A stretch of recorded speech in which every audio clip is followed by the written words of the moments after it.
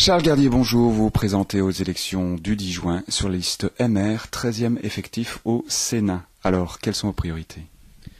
Écoutez, j'en ai plusieurs. En tant qu'échevin, j'ai en charge le tourisme. Ça fait plus de 18 ans que je m'occupe de tourisme à Spa. Et j'ai pu constater à travers la relance thermale et touristique de la ville de Spa qu'il y avait beaucoup de choses à faire en communauté française de Belgique, en Wallonie, pour dynamiser ce secteur. Un secteur qui est porteur en termes économiques de façon importante et également porteur en termes de création d'emplois. Et donc je crois qu'il y a beaucoup de choses à faire en matière de tourisme, par exemple. J'ai la chance également d'avoir fondé et de co-diriger avec Jean Stephens les Francopholies de Spa. J'ai également la chance d'être aux côtés de mon ami Pierre-Yves Geolet comme programmateur du Belgique Festival. Je m'occupe également de Cinémaniac, du Spa Film Festival, du Spa Tribute Festival et de plein de choses. Vous l'aurez compris, la culture est également quelque chose qui me passionne. On dit souvent qu'une communauté qui s'exprime est une communauté qui vit, et je crois qu'on doit aider à mieux vivre les artistes. Les artistes sont dans des situations parfois extrêmement compliquées en Belgique, il n'y a pas de véritable statut pour eux, et il y a simplement de la difficulté à exister dans un marché qui est bien trop petit et pas assez bien structuré. Donc moi je veux défendre absolument ces artistes, leur permettre de s'exprimer, de s'épanouir en toute liberté. Donc voilà deux priorités importantes pour moi, mais il y en a bien d'autres évidemment. Je crois qu'il y a un autre mot qui est très important pour vous et qui rime justement avec culture. Ce serait pas nature?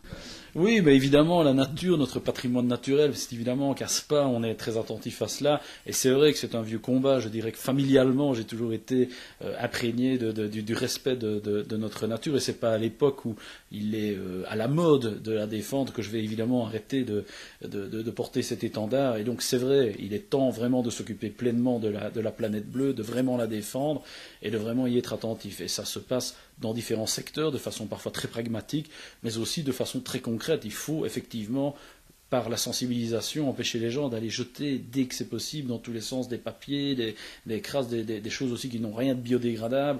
Et ce sont des petits actes comme ça, mais aussi en économisant l'énergie, en économisant l'eau également, qui va être de plus en plus rationnée, on le sait, à terme. Donc le capital nature est évidemment quelque chose de très important pour moi.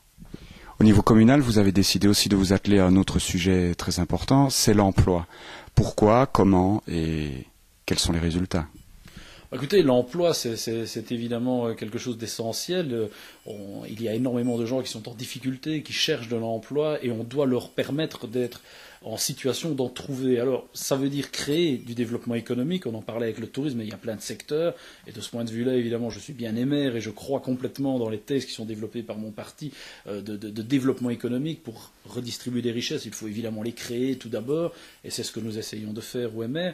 Mais il est évident aussi qu'il faut s'occuper des gens qui sont en décalage, qui sont en difficulté. Il faut les aider à se former, et il faut constater qu'il y a quand même toute une série d'emplois qui sont demandés et où on ne trouve personne pour les occuper. Et donc il y a clairement, en termes de formation, en termes d'initiation, d'aide, des choses à faire en matière d'emploi. Et c'est ce que nous essayons de faire au niveau de SPA, mais beaucoup de travail reste à faire, c'est évident.